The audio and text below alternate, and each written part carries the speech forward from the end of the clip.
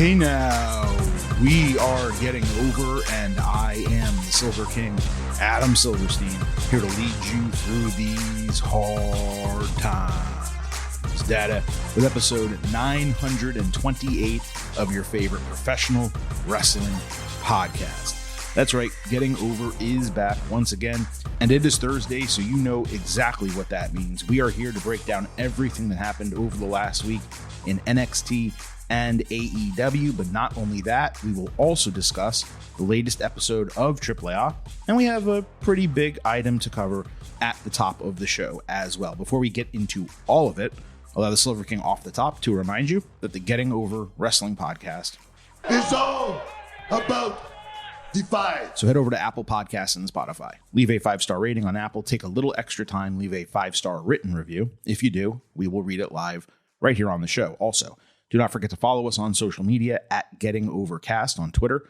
and Blue Sky. You get episode drops, news, analysis, highlights. You can send in questions and comments for the show. On YouTube, subscribe over there. You listen to the show. You watch full-length video interviews. You hit the link in our social media profiles. You can join our free growing Slack channel. You can subscribe to the podcast and so much more. Make sure you follow us across the board on social media at Getting Overcast. Now, if Silver King sounds different today, just to give you an explanation of why that might be, I'm actually live on location in Melbourne, Florida. You may say, Silver King, why the hell are you live on location in Melbourne, Florida? And you know what? I don't really have a good answer for you. I decided to take a couple days off. I've been to a lot of places, not this one. And, just 2 nights hotel in a Hilton here. I will just tell you straight up, one of the weirder hotel rooms I've ever stayed in. It's really nice, clean, relatively new.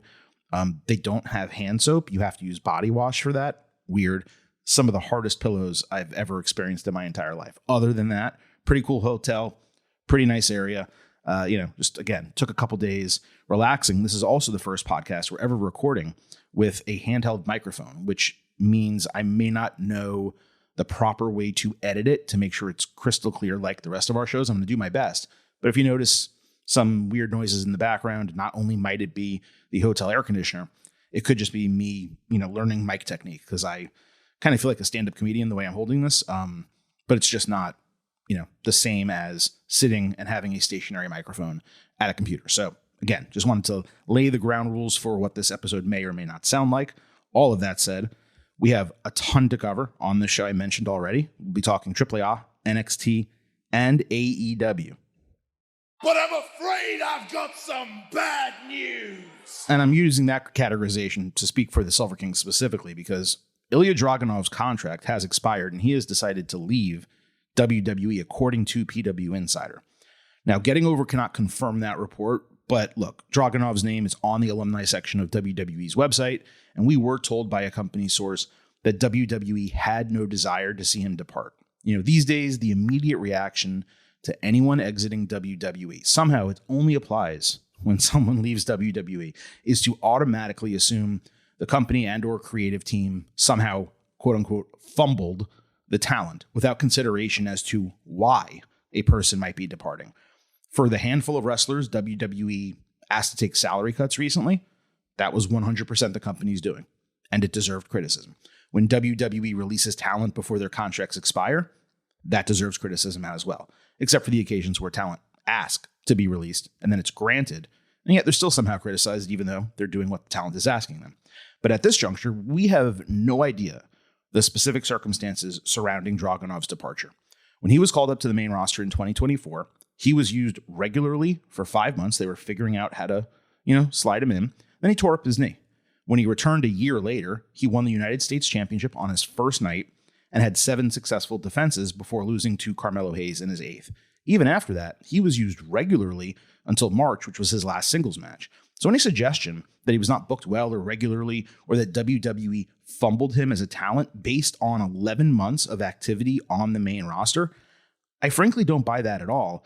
And considering he missed a year due to a knee injury, I'm guessing they probably could have tacked on time and chose not to. I don't know that for sure, but it seems like they could have gone deep on injury time here, but he told them he wanted to leave and they said, okay, which, cool. You're letting someone leave their job. That's the thing that we've always wanted from WWE before. Not holding people hostage, right, is the word that used to be used.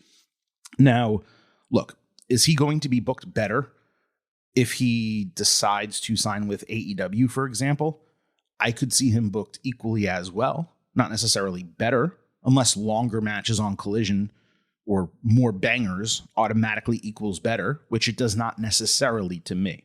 What I find hard to believe is that Paul Levesque, who signed Dragunov, booked him incredibly strong in both NXT UK, NXT, and the main roster, books Gunther like a monster, loves these hard-hitting European guys. I find it hard to believe Levesque did not see a future for him, which speaks to what we were told. WWE wanted him on its roster. If he indeed chose to leave and was not used for the last few months as a consequence, because why are you going to put someone on television, bring them back to TV, let's say after WrestleMania, if they're not going to stay with your company? I don't see how that's any different from what happens in other companies with departing talent. The question that remains unanswered is what happened around WrestleMania. Did he decide to depart? So WWE stopped booking him and just said, hey, we're going to let your contract expire. Did WWE stop booking him regularly so he got frustrated and then decided to depart? Did WWE lowball him on a contract extension so he chose to look elsewhere? Did WWE offer him a fair number, but perhaps AEW made a much larger offer and poached him? Because it has done that multiple times. Does it have anything to do with usage or money? Perhaps he wants to spend more time in Europe where his ex-wife and kids are located, so he chose not to re-sign. Perhaps he was angry WWE cut his girlfriend, who was in developmental, though I highly doubt that was the case. Until we have more details, this is my point, surrounding his exit, it's impossible to know who to blame or not blame, which is probably a different conversation for a different day. Why is the initial reaction to transactional news in this entertainment area looking for someone to blame immediately? You don't get that when a player gets traded or decides to leave a team as a free agent. I mean, maybe sometimes you do for the biggest stars, but certainly not for every single transactional move. So while many of you listening likely wanted me to go off and, destroy WWE in a rant because I love Dragunov as a talent, this is not the show, and I am not the type to lambaste a person or company without having details to back up my opinion. We are not here for hot takes to drive hatred or tribalism. I want to know what happened and why it happened. Once we do, then we can decide whether anyone is at fault or possibly an adult decided to leave his job for his own reasons that have nothing to do with anything or anyone else. Personally, I'm disappointed. I always saw Dragunov as the opposite Gunther, meaning one would operate on Raw, the other on SmackDown. They could play similar roles and eventually meet again in an epic clash. With WWE losing Sheamus previously, to a lesser extent Aleister Black as well, they had even more need for Dragunov on this roster. Now, when it comes to those brute strength European dudes that can put on bangers, hold titles, beat the shit out of guys, they really don't have any in the mid-card outside of Rusev, who is a tier or two below everyone else I just mentioned at this point in his career. And then there's Ludwig Kaiser, who is certainly on a higher tier, but has been completely missing in action himself on the main roster. No idea where that guy went. I simply assumed Dragunov would thrive on the main roster once he got called up. And when he returned in October 2025, I thought I was seeing that come to fruition, which is why this legitimately stunned me on Thursday. I figured he had an undisclosed injury or a visa issue, and that's why he wasn't on TV. Now, we don't get to see a ton of those matches that could have been incredible. Consider Dragunov, Kevin Owens, Gunther, obviously, Sami Zayn rematches, Sheamus, Rusev, Javon Evans, Bronson Reed, Braun Breaker, Oba Femi. I mean, that's just some of the names that are coming to the top of my head. And yeah, some of those happened in NXT, but there's so many more. I could go on forever. So I'm shocked that this transpired. And again, incredibly curious to learn why and how it all went down this way. And let me just add two clarifications here at the end, because I've seen this shit and it is so frustrating. No, he was not buried by Brock Lesnar, no selling a couple chops at the Royal Rumble.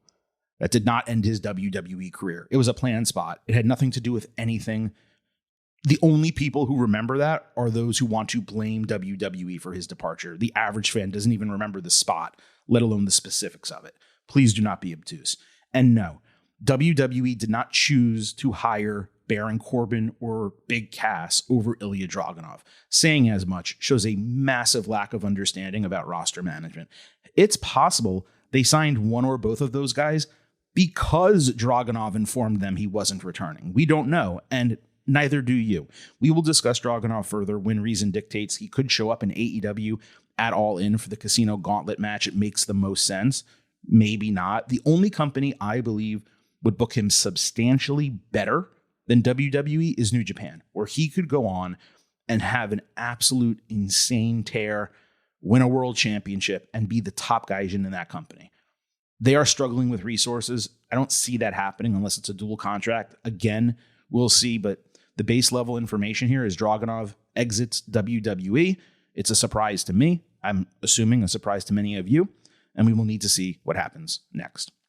With that said, let's move on to breaking down these shows. We'll start with AAA. Penta cut a Roman Reigns promo that we discussed on Tuesday. The gist of it was that Penta has never needed a family or faction to succeed in wrestling, and Reigns has never faced a wrestler or a man like him. Los Perros del Mal interrupted, but Penta did not feel threatened as he used to be a member. He hugged Daga, fully dapped Los Garza, half-dapped Carmen Petrovic, and completely ignored Bronco Nima. Daga took issue with Penta believing he didn't need a family, saying he needed one more than ever if he was going to go up against Reigns and the Bloodline, as Roman only respects power, and power comes in numbers. Daga officially invited Penta back into Perros del Mal with t-shirt, NWO style. Penta promised he would consider it, but Daga gave him an ultimatum that he must decide before the night is over. The fans really seemed to want it. The show ended with Penta somehow having removed all of his face paint in less than 30 minutes, meaning they taped this out of order or didn't consider that continuity error. Anyway, he met with Perros del Mal backstage. He said the faction would always be part of his history. Daga is his brother. He respects the Garza legacy, but he cannot rejoin the family if there's dead weight, and he doesn't know if Nima can cut it. Bronco got in his face, suggesting they fight with the stipulation that he accept Nima as part of Perros del Mal, raise his arm, and rejoin the faction if he loses, but he will be allowed to go on his own path without injury if he wins. While Perros del Mal are heels, they are beloved by fans. So it's interesting that AAA decided to put Penta alongside them even in this manner. There was a point where I believed a series of matches featuring El Grande Americano and babyface partners were going to be booked against Perros del Mal leading into Triple Mania. But with only a few weeks remaining, and at least one of those already taped, those episodes, I now assume that's just not going to happen. And that makes this booking interesting because what is the end goal here? Like, Penta joining would be incredibly fun from a wrestling standpoint, but he's not about to lose to Nemo while chasing Reigns. So they attack him, Rey Fenix saves, and some of the cruiserweights help them beat them up. Or maybe Americano and the Americanos. Like I said, it's tough to see the end goal of booking this, but it is undoubtedly intriguing and exciting from a TV booking standpoint. I have not seen the spoilers, so I am highly anticipating Saturday's show to see what happens. El Grande Americano attacked Dominic Mysterio backstage, moving out to the ring as the show began. Rey Mysterio jumped off commentary to pull Americano away, but Dom used the opening for a low blow, so Rey pulled off his son, which led to a brief shoving match between them. Andrea Barzate stepped in to translate as her boyfriend said Dom's AAA Mega Championship reign would not be compared to the legends like El Santo, Mil Marascas, Blue Demon, or even Rey Mysterio, because they stood up for Lucha Libre. He steals from the culture and runs from fights. Americano closed by basically saying he would restore prominence, making the Legends fans and country proud. Strong, albeit basic segment, right? Thought this might lead to a stipulation for their match. It mostly just kicked the can down the road by, getting the main eventers on a second straight episode of television. Once again, the presentation of Dom and AAA is vastly different from the main roster, which remains tough to stomach. But, it was a nice piece of business just to amp up the crowd, really, for that episode. La Parka beat Psycho Clown to advance in the Lucha Libre Invitational to fight Reigns. Frankly, I forgot this match happened on the show, or I would have included this entire AAA breakdown on Tuesday's WWE episode. Oh well. Clown executed a nice code red and a tope suicida between the turnbuckles before taking a top rope Spanish fly. La Parka hit a middle rope moonsault but got a top rope follow-up blocked before taking a Mexican destroyer. After Clown exposed the top turnbuckle, he hit a rolling cutter and ran La Parka into the referee, fixing it in the corner. He hit Psycho Driver, ripped off his face, but the lights went out and that horror villain returned for another attack. I realized, given the way he can express himself with the mask, there's some Luchasaurus vibes in there, just the way his face looks and the way it operates. Anyway, he destroyed Clown into the barricade and ring post before La Parka hit 1/4 of Bonebreaker, his finisher, to get the dub. La Parka helped the trainers check on Clown, which was solid babyface work, so fans understood he did not mean to take advantage of the situation or, he didn't plan the attack. Solid main event.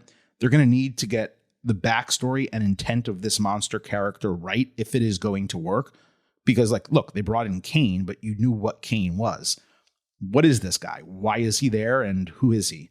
La Parka, being the only AAA talent to advance to the semifinals, it's disappointing simply because he's not really a main event talent. I'd have liked to see one of those types of guys move forward. And of course, we talked about that with Vintage on Tuesday.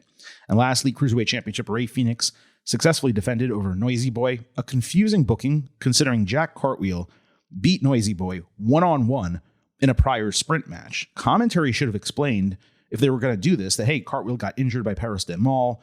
Therefore, Phoenix decided to give Noisy Boy an opportunity because he was so impressed at his work in that match. This was appropriately short at 6 minutes, but they probably fit 10, 11 minutes of wrestling in the runtime. Noisy Boy hit some ridiculous springboards off of his knees, not his feet, including a cutter and a poison rana. Then he stepped off Phoenix's back before hitting a handspring moonsault, Phoenix driver, and Mexican muscle buster. Ended it. Phoenix is having a terrific title run right now. Penta dapped him up after. Just fun wrestling on this show, no question about it. So that was AAA, obviously, for the week. There's, I believe, one more taped episode, and then they go back live. And unless I have my days mixed up, I believe the Heatwave special, the double show, is next weekend with nothing announced for the AAA portion of it. So yeah, we're going to have to see how that transpires. So let's move over to NXT. Cruz Montana opened the show immediately calling out Zilla Fatu, refusing to let him try to take his spot. He was told by a stagehand that Fatu had not arrived, despite being set for a contract signing later. Rey Fenix surprisingly interrupted to empathize with Montana and get at his back for, whatever might come. Cruz talked about their extended history, respecting Rey, and ceding the ring to him before mentioning how the parking lot is the most dangerous place in NXT, so that is where he would meet Zilla. Grayson Waller then opened hour 2, angry that no one backstage stepped up to stop his takeover, but rather it was another Samoan messing stuff up. Waller joked about Samoans not knowing how to wrap it up. Get it? Then chided Fatu for only being in NXT because he finally got his ankle monitor off. That's a mad line. Like that a lot.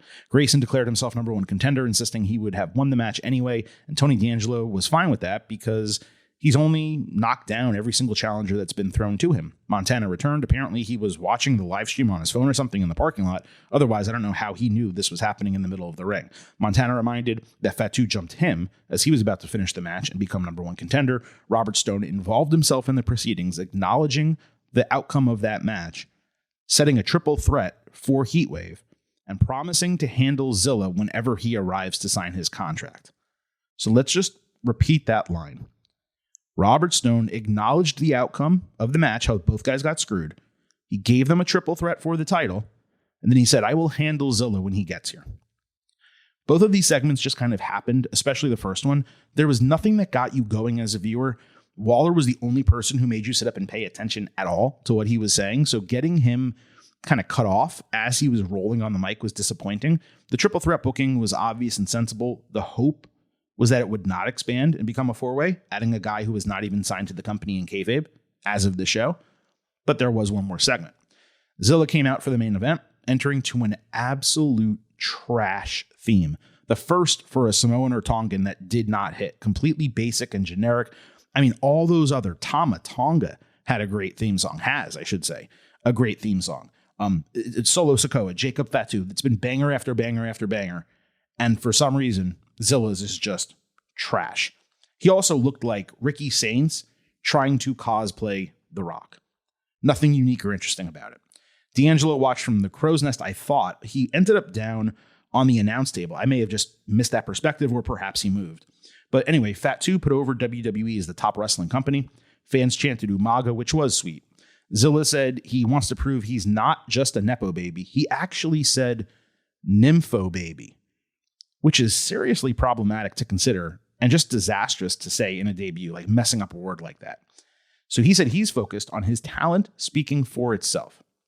Waller and Montana threatened but got stopped by security as Stone announced that the contract, like to become an NXT wrestler, also stipulates his first match will be for the NXT title.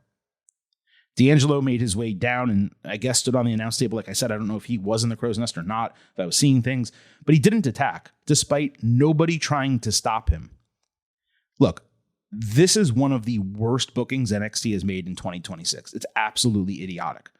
One segment prior, on the same show, Stone firmly announced a triple threat match, saying Fatu is not even signed to NXT. He also said he would deal with Zilla and seemingly not let him get away with BS. That was the insinuation based on I'll deal with him when he gets here. Yet he had a contract at the ready with a number one contendership for a guy who has never wrestled a single match in WWE and just seconds earlier said he had no desire to be a Nepo baby. Again, he said nympho baby. Meanwhile, Uce is getting the handout of all handouts.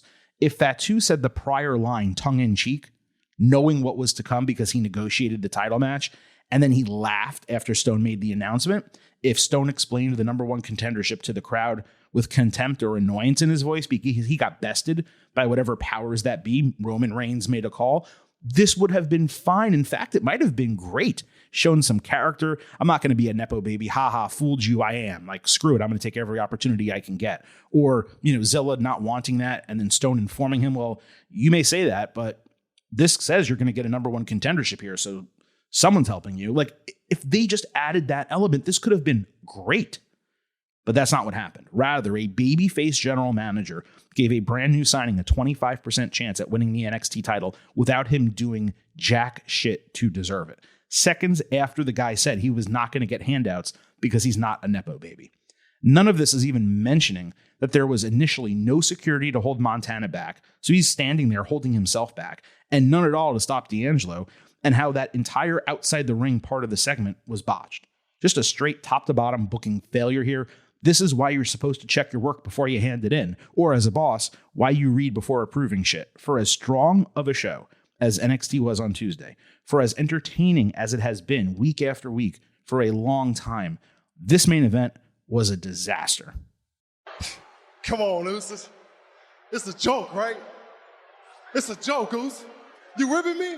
Vanity Project interrupted Rank QCC as they were strategizing backstage with Brad Baylor trying to mac on Kendall Gray, who dissed them as the guys she used to beat up in high school. They similarly turned down tag team advice and stomped on them for dissing Shiloh Hill, saying he has a bunch of cool tools while they are just tools. They also put over Michael Lockwood as the only one in the group who actually had muscles, and she admitted Rank QCC cooked her own dues.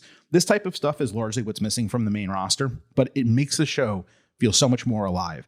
And in this case, it was really cool to have two extremely different groups interact with the women owning the men. That was delightful because they were on opposite sides. So like Micah, as much as she might like her boys, still couldn't, get over the fact that, yeah, the girls cooked you. So I don't know. I just found that really endearing. We had Ren QCC against Kalani Jordan and Callie Armstrong. Lonnie was still like half a second late on her entrance timing. For a random pairing, Jordan and Armstrong were really strong in tag team heel work. Some classic sequences with them. Gray was on fire on the hot tag, continuing to sell her equilibrium issues 2 weeks later. She hit the feint back elbow on Callie before Ren Sinclair entered and chopped the shit out of Lonnie. Jordan landed an interesting slingshot neckbreaker over the top rope before Armstrong, tagged herself in, briefly taking the final wrench. Sinclair sold a huge power slam from Armstrong before getting turned inside out with Callie connection for the defeat. This as Jordan put Gray headfirst into the steel steps with a drop toe hold. That led to more equilibrium selling. Lonnie mean-mugged after the bell. She was really upset Callie stole her glory. Ren selling was top tier. She was excellent in the final stage of this match. The bout probably exceeded expectations considering the heel side was not as experienced working together. Sinclair was the only person who could lose, but that frustrated me considering she's the one with a North American Championship match forthcoming. I could see Armstrong getting added to it after this and it being made a triple threat, but I thought that would be extremely frustrating for both Ren and Zarya, who deserve the spotlight on them.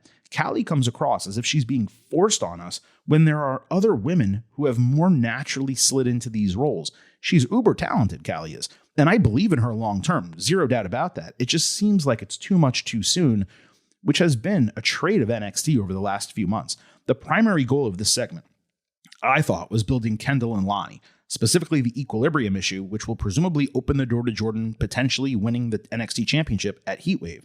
My understanding when it comes to busted eardrums from decades working in sports is that equilibrium issues should probably be a 1 to 2 week deal unless the tear is massive or you have an infection.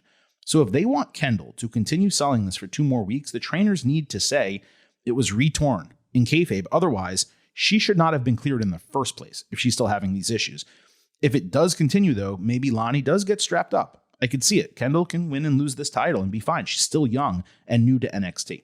Armstrong later celebrated in Stone's office while he was meeting with Zarya, who immediately got in Callie's grill, calling herself a dominant champion. Armstrong properly pointed out that Zarya hasn't done shit since winning that title. She didn't have much of an answer for that, so Stone decided they would fight in a non-title match next week, giving Callie the opportunity to insert herself in the unification match if she was victorious. No, don't like that. Extremely frustrating booking decision, especially because the expectation going in is that Zarya is going to lose a match for no reason whatsoever.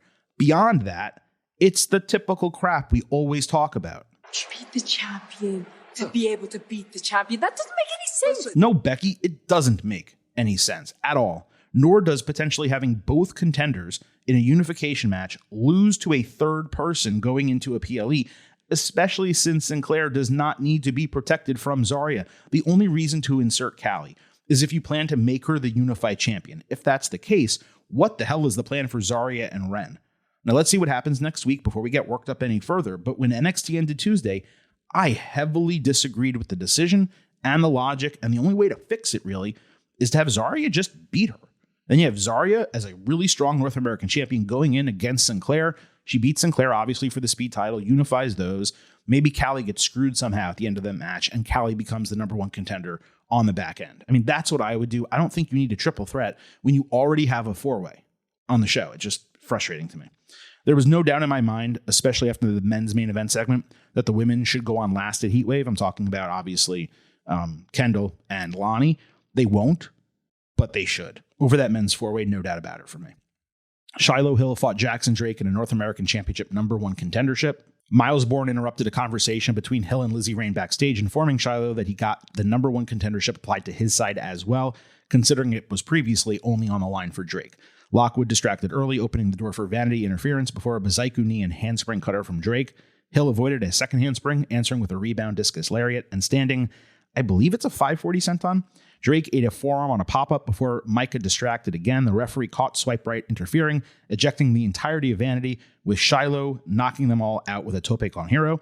The referee accidentally got knocked down himself. That opened the door for Shiloh to take a face full of red poison mist from Naraku, who returned from inside the ring apron. I have never seen a spot like that before. Drake immediately hit a 450 splash to become the number one contender. The expected winner, Drake beating Bourne for the North American title on the same show. Bourne and Tavian Heights lose the tag team straps back to Vanity. It makes way too much sense. Or Bourne retaining over Drake, but not being healthy enough to successfully defend the tag team titles. That also works.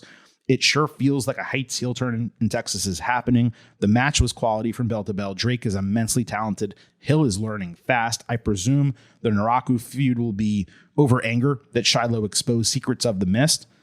That is what makes the most sense, and we'll just have to see if that is the way they run it. Saquon Sugars and Dion Lennox did a dual screen confrontation without a moderator. Sugars said Lennox can't touch him without the numbers advantage. And you know this, man.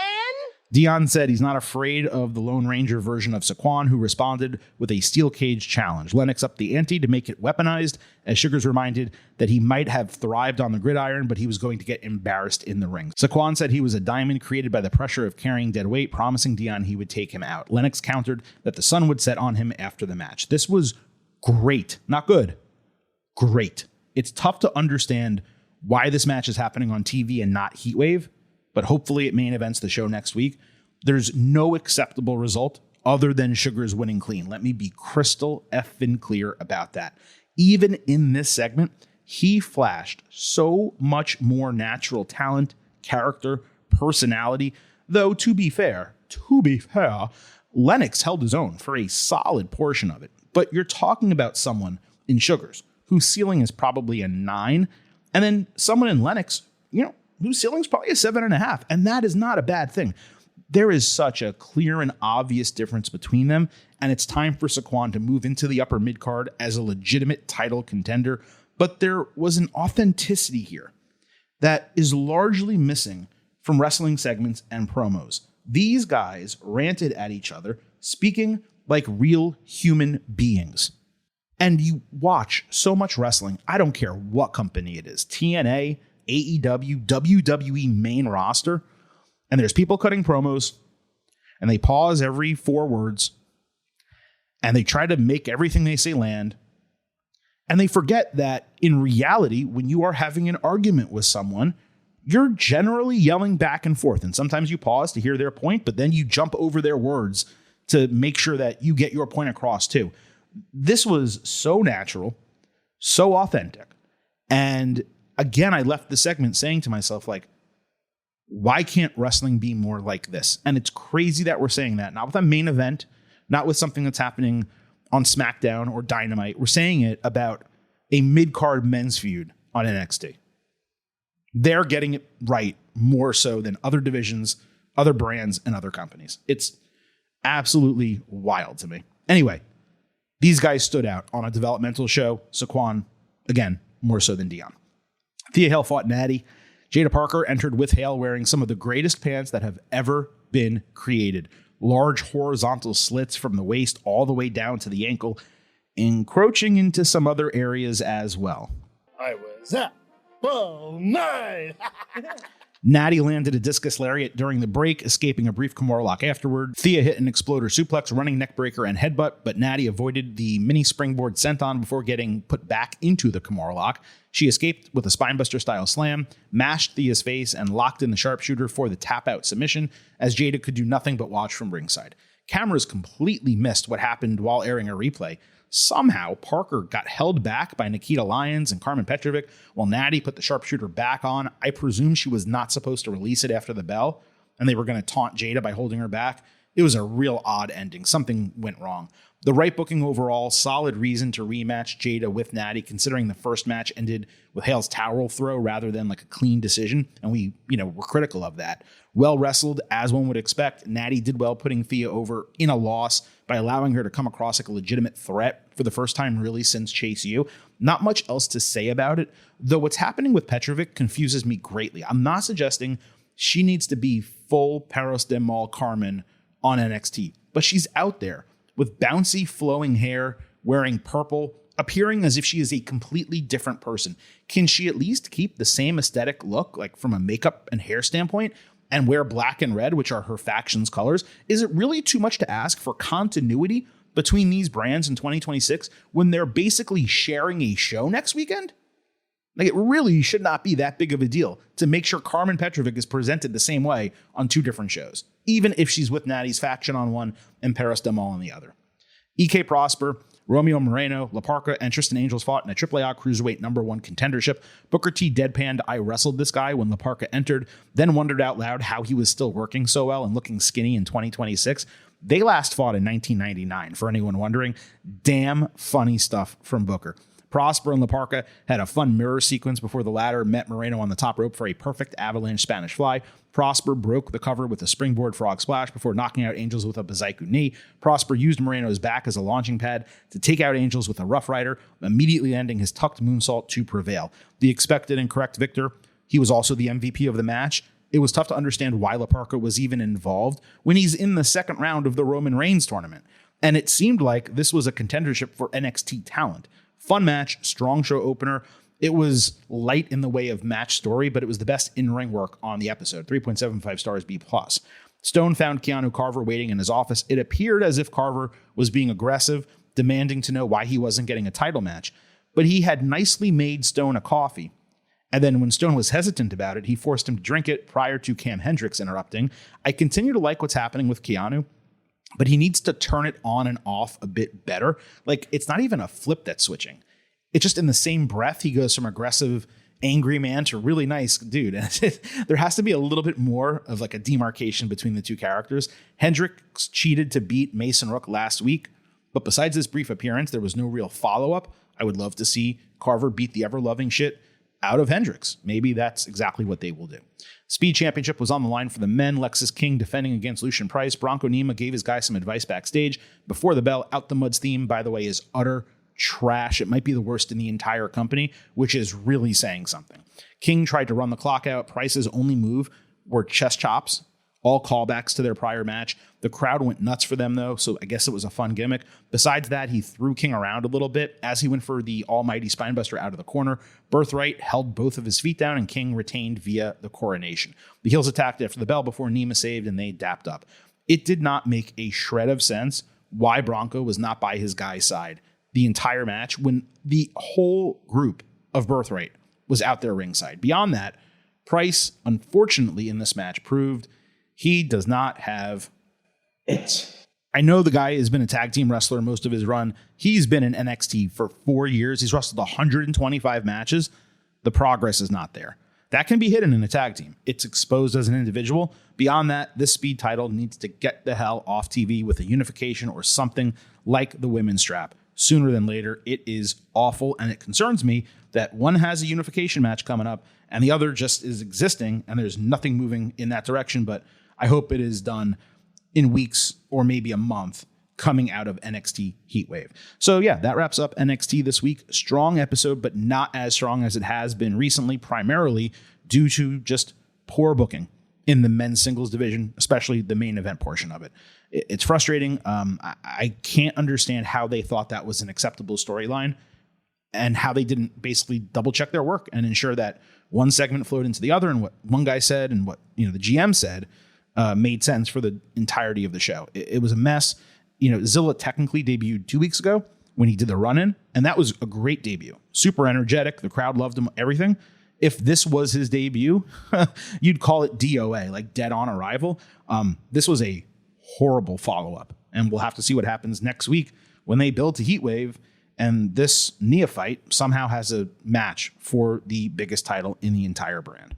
Now, before we move over and wrap up this episode, allow the Silver King to remind you here at the Getting Over Wrestling podcast, I happen to love the number 5. and I hope you do as well. For $5 a month or $50 for the entire year, you can become an official Getting Over head. Just visit buymeacoffee.com/gettingover, sign up. You will get bonus audio, the fastest 5 minutes in professional wrestling, instant reactions whenever wrestling TV shows require us to get in your ear holes earlier than we can with our podcast, as well as exclusive news analysis posts every week. Make sure you sign up, get extra content, but also support the show. Keep us on the air. We're an ad-free program. You guys know we occasionally have one sponsor. Other than that, Silver King and Vintage, we do this for the love of the game, and we hope you love us. buymeacoffee.com/gettingover.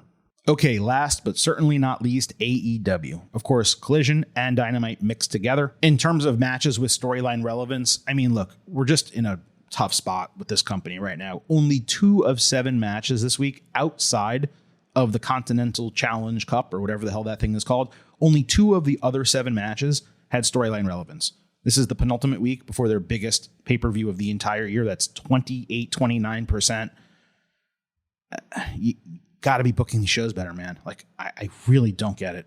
But, okay, let's go ahead. Dynamite and Collision all together. On Collision, Will Ospreay backstage was asked how he would choose 3 partners to fight Don Callis' family. Why does he need to fight them at all? He's involved in a main event of which they are not part. Ospreay said he would call in his reinforcements from Japan. Kenny Omega led a backstage promo with the Young Bucks, challenging 3 Callis family members to fight them in an identical trios match. Seriously, what the hell is going on with this booking? Exactly what the All In build needed, right? More random wrestlers from the Don Callis family who are not part of the feud, but in one case, not even part of the company. I was worried after last week's Dynamite. This did not help.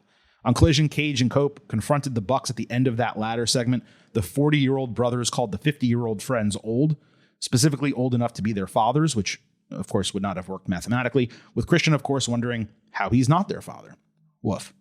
AEW's tag team division, look, it's much better than WWE's, especially now with New Day joining soon, likely, but they are still pushing 4 dudes 40-plus years old in the title match, which is precisely what I have been criticizing WWE about with the SmackDown tag team division for the better part of a month. On Dynamite, there was a sit-down interview with Omega and Ospreay that aired between these trios matches. They discussed meeting at PWG when Will was young, and then rematching at Wrestle Kingdom when Omega claimed he was needed for that show to sell tickets because Ospreay could not do it himself. Will pointed out how he got screwed over by the circumstances of the pandemic, which Kenny never could have handled. Omega countered, saying AEW's circumstances were equally as tough. They were not, and it was a dumb topic to argue about anyway. You cannot compare Jacksonville, Florida to Japan during the pandemic. Come on. The topic switched to Callis. Omega said his collection of titles made him believe linking with Don was worthwhile, and Ospreay did not listen when Kenny warned him otherwise, and he claimed Callis was the only reason he beat him at Forbidden Door in their last meeting. Ospreay snapped, saying it's kept him up at night for 3 years because he did not beat Omega on his own. Kenny appreciated Will, saying that it was a tainted win, but he turned it by saying, well, that means I'm 2-0 against you in the series, and Ospreay is not at my level. Kenny appreciated Will saying it was tainted, but he turned it by saying that means he's 2-0 in the series and Ospreay is not at his level. Omega dismissed diverticulitis concerns and questioned Ospreay's fitness after neck surgery. Will took issue with Kenny never truly seeing him as an equal. Omega assumed Ospreay wanted to fight him instead of MJF because he just assumed that he was weakened by that point. Will again snapped, saying he wants to beat Kenny at his best. There's that trite story point. Because all the pressure is on his shoulders, Omega called Ospreay one of the greatest ever and promised he'd respect him either way. But while his mom will be proud, his kid might need a new hero. I'm of a mixed mind about this interview. On the positive front, and it is mostly positive, they accomplished a ton by educating the audience on their shared history.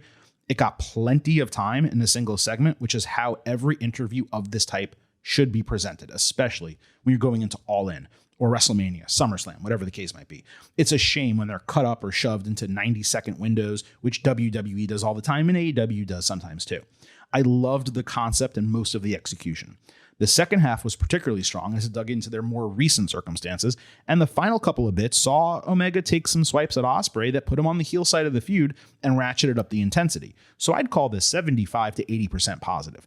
The part that bothered me was how much time was spent talking about shit that simply did not matter for this match. Most of the audience just wants an overview, not specific details of PWG behind the scenes or what happened during the pandemic, who had it tougher during COVID. Like, come on, if you take that 90 seconds to 2 minutes out, you trim it, it's tighter, a better segment, and it's well received. So that's the critique I have. But really, I mean, you want these guys to try to bring in casuals, and they felt they needed to go a little bit deeper into their history and lore to do it. A little too deep, as far as I'm concerned. Better than not doing it, no question about it. On Dynamite, Ospreay and United Empire beat Don Callis family jobbers. The match ended when Rocky Romero, of all people, celebrated by sliding into the corner like he scored a goal in soccer. So Ospreay took his head off with Hidden Blade. If Ospreay was fighting Jon Moxley for the title or had issues with the Death Riders after leaving the faction, this might have made sense. Instead, it was a match to have a match 2 weeks out from All In. And the Elite beat 3 other Don Callis family jobbers in the main event of the show. No rhyme or reason to which trio challenged their respective sides or why certain family members were fighting certain people. So much pyro went off at the entire match was cloudy, this main event. Cope saved the Elite from being outnumbered. Cage reluctantly did too. Everyone else fought to the back with Omega left alone, so Ospreay entered to confront him, angry that he mentioned his son in a pre-taped interview, assuming days ago. Kenny called security and then called him a little English bitch for willingly walking up the ramp with the security, continuing his sudden, unexplained turn toward heel that is being done purely out of convenience. Omega knocked Ospreay out with a V-trigger as security restrained his arms. Then he started mumbling a bunch of stuff that was impossible to understand into the mic before calling him a son of a bitch twice and hitting one winged angel through a ringside table. Excellent spot to end the show. Hopefully next week there's more context given as to why Omega has gone off the deep end, because nothing has occurred to legitimately put him on the heel side. At the same time, this is precisely what I have criticized WWE about not doing with CM Punk. You have this Punk and Owens feud as one example with Kevin Owens. And we just talked about this on Tuesday. It would hit so much harder if CM Punk was an actual heel. But the difference between AEW and WWE in this case is that WWE is such a massive organization and they sell so much merch and so much is reliant upon CM Punk being someone fans can root for. It's more difficult for them to turn him heel than for AEW to do it with Omega. Omega is crazy popular. People buy his shirts and stuff, but you're talking about a much, lower level comparative. And that's probably why they feel like they can get away with it and WWE feels like it can't or shouldn't. But this is what I want from that feud. One guy saying, hey, look, I'm going to be the heel and I'm going to act like it. And that's what Omega's doing. That's hugely positive. But we kind of need the why because it's pretty surface level and convenient so far. On Collision, Trios titles were on the line for some reason. Hangman Page and Brodito defended over the Lethal Twist to open the show. This made less than 0 sense. Twist obviously did nothing to deserve the match, but even worse, they're aligned with Demand, who have a case for a title opportunity, but were denied one. And it took them 12 minutes to put these jobbers away. Ricochet distracted, leading to a Demand 6-on-3 attack. He said they make demands, but they didn't demand anything after he said that, though we know what they want, of course, a title match. Crowd did not react to the post-match at all. On Collision, Hechicero beat Brian Cage and Kyle O'Reilly beat Roderick Strong in Continental Challenge Cup first-round matches. This is a blind draw tournament. On one night, put two sets of faction members against one another. They even got backstage segments for it. Don Callis was thrilled a family member would advance, instead of being angry that both did not have an opportunity to advance, which is the perspective he should have taken. O'Reilly and Strong said nothing. Hechicero moving on was the only acceptable move given he's the CMLL champion and he loses every other match. Cage is one of a few guys booked worse than him. O'Reilly won with a pinning combination. Strong shoved him down, then dapped him up after the bell. On Collision, Nigel McGuinness beat Katsuyori Shibata in another Continental Challenge Cup first round match, another bullshit random draw match, though probably the coolest out of the first rounders because these guys were both looking at their wrestling careers being over and they had never fought previously. This was the match of the night on Saturday, 3.75 stars B+, slower technical style, but the uniqueness of the matchup carried it. Nigel won by flipping over Shibata while stuck in a sleeper hold. I told you all that Shibata is booked worse than Shinsuke Nakamura. You just did not want to believe me. I came out of this match looking at the field and believing McGuinness somehow was the number 2 favorite to fight Mox at the end at All In. On Dynamite, Jon Moxley beat Jay White in 19-plus minutes in a Continental Challenge quarterfinal. This was the best of the week for AEW at 4.25 stars A. It was also the best match of the tournament and the second best match of the entire wrestling week, behind only Chad Gable and Rey Mysterio on Raw. Another BS blind draw, again putting two guys who are feuding against each other head-to-head. Marina Shafir smacked Mox across the face 5 times before he entered. What a badass. White hit 4 collar suplexes or Uranagi, a superplex, and Blade Runner. Mox rolled out of the ring to avoid a cover. When White brought him back inside, Mox gator rolled him into a bulldog choke, hit Death Rider for a false finish, and then won via knockout with a rear naked choke. This being booked as a quarterfinal was a total shocker. I figured it would be the final or at least a semifinal. Having White lose at this juncture was incredibly disappointing. This is a guy who should be firmly in multiple title pictures. And even after coming back from injury, he's getting knocked out in a quarterfinal. Given the remaining names in the field, it became obvious that Nigel or perhaps Claudio Castagnoli would meet Mox in the final. And we'll circle back to that in just a second because Mox and White stood around for a while doing absolutely nothing until the dogs attacked. Conglomeration saved, but then Gabe Kidd returned to give them the upper hand. So the trio's champion saved, and then Ricochet's dumb expanded faction interrupted, but Hangman Page stopped him, saying there's no way in hell we're going to miss Wembley Stadium. Who said you guys were going to miss Wembley Stadium, bro? Page said anyone who wants to fight them for the titles can meet under the Wembley Arch at dusk. So is the booking a multi-team total open challenge where any trio in the company can step in? I mean, look, I know AEW hands out free title matches without legitimate contention, but that sounds ridiculous on its face. It's clear this is the opening for New Day. Swerve Strickland responded to the offer later ambiguously. It seems like they might do something similar to WrestleMania 33, where you open the show with that, tag team match, and the first thing that happens is a big returner debut. 33, of course, it was the Hardy Boys, and here it would be New Day making their debut. Maybe they're called Daybreak, maybe they're called something else. It's going to be interesting to see the way that this is ultimately put together, but just doing hey, any team that wants a title match at our biggest show of the year can get one. I mean, it's kind of ridiculous, right? On Dynamite, Nigel McGuinness defeated Hechicero in a Continental Challenge quarterfinal. Let me repeat that another way with emphasis for you. An injured 50-year-old AEW commentator beat the CMLL world champion in a tournament quarterfinal. Are you fucking kidding me? This is insane booking and such a trash way to treat the top guy of a super important partner, considering CMLL's hot streak. Nigel sold the injury all match too. He literally took a break sitting in the corner and then crawled to his feet before winning with a front chancery as Hechicero passed out. So dumb. So he didn't just beat the CMLL champion with some type of pinning combination or whatever. He knocked him out. The match being lopsided didn't matter with the result. Horrendous, insulting shit. Mox Nigel in the final is almost certainly the booking for All In, which is similarly insane. Now you may say, Silver King, how is this any different from Gunther Nick Aldis? A few ways. First, no title was on the line there. Second, they had a storyline that specifically built to that match. Third, Aldis didn't beat 3 superstars, including a world champion, to get the match. I don't mind fan service. This is ridiculous if it's how it goes down. If Mox somehow loses earlier and the title is up in the air and you get Claudio against Nigel and Mox winds up in the Casino Gauntlet or something, that might work. But if this whole thing is building to Mox and McGuinness, holy crap, man.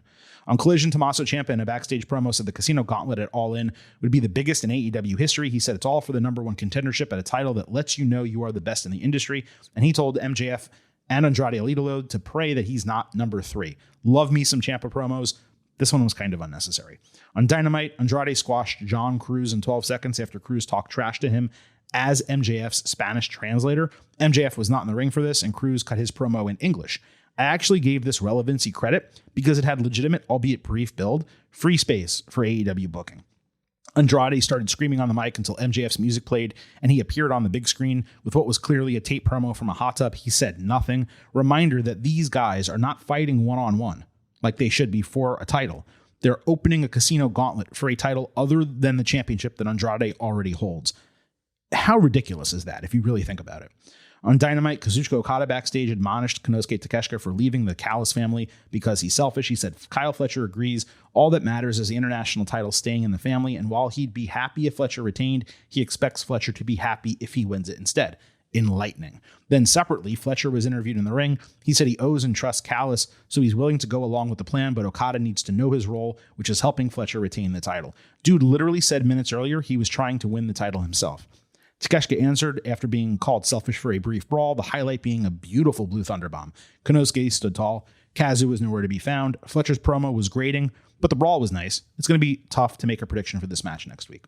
On Collision, Mercedes Moné beat Zeta Steel in 7 minutes. Zeta on Dynamite was so happy and excited to fight Mercedes, her supposed idol. When Moné interrupted, Zeta immediately turned to claiming, "Hey, I hate you now because you disrespected Willow Nightingale." Moné just drilled her in the face, called her a bitch.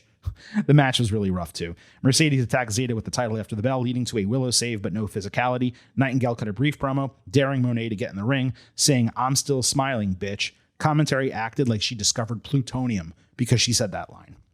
On Dynamite, TBS title was on the line. Maya World retained over Hikaru Shida, Chris Statlander, and Persephone in a 4-way match. Stat and Persephone had some nice exchanges. Maya rolled through Wednesday Night Fever to pin Stat and retain. At least Persephone didn't take the fall again. Stat has not registered a legitimate win since June.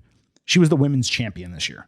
Maya was cutting a promo backstage when Willow interrupted and put her over. She decided to give World, already a champion, the first shot at her title, despite already having a match scheduled days later against Moné. What an idiotic babyface move. Mercedes and Willow later had a split-screen confrontation. Moné said that she should have beaten her ass more last week.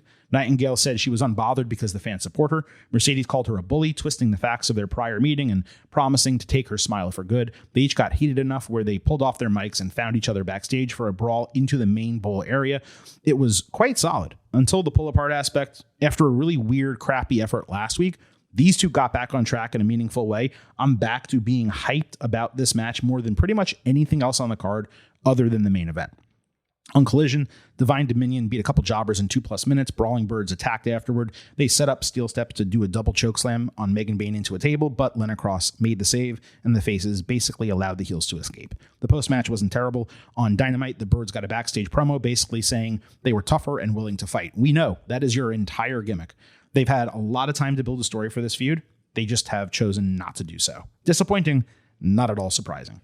On Collision, Darby Allin looked like he was hanging on a retired train car, talking about the sacrifices he has made since joining AEW and how he has never changed as a person. He called Sting and the Borden sons his family, saying he once felt Kevin Knight could be the same. He promised not to sneak attack Knight, nor go at him with explosives. Why would you have to say that? Because he wants to beat him at his best. There's that trope again. Darby promised to beat Kevin within an inch of his life. As I said last week, his promos are so much better when they are pre-taped. Darby not getting aggressive, wanting payback. It's incongruent with the rest of his career to this point, but okay, maybe he's taking a different path. On Dynamite, Knight cut a promo in the ring, reverting back to saying the Jet every other sentence. Allin stood on stage, and Knight is like, "Hey, come meet me in the ring so we can fight." And Darby just doesn't. He stands there. So randomly, a ton of pyro goes off in his face. This was Looney Tunes shit. How could that be planned by the heel if the risk-taking babyface would usually just run down to the ring, generally roll down to the ring on a skateboard, right? Darby sold it more than all these devastating moves and crazy antics he's done the last 5 years. Knight took advantage with a Tree of Woe Van Terminator to end the segment.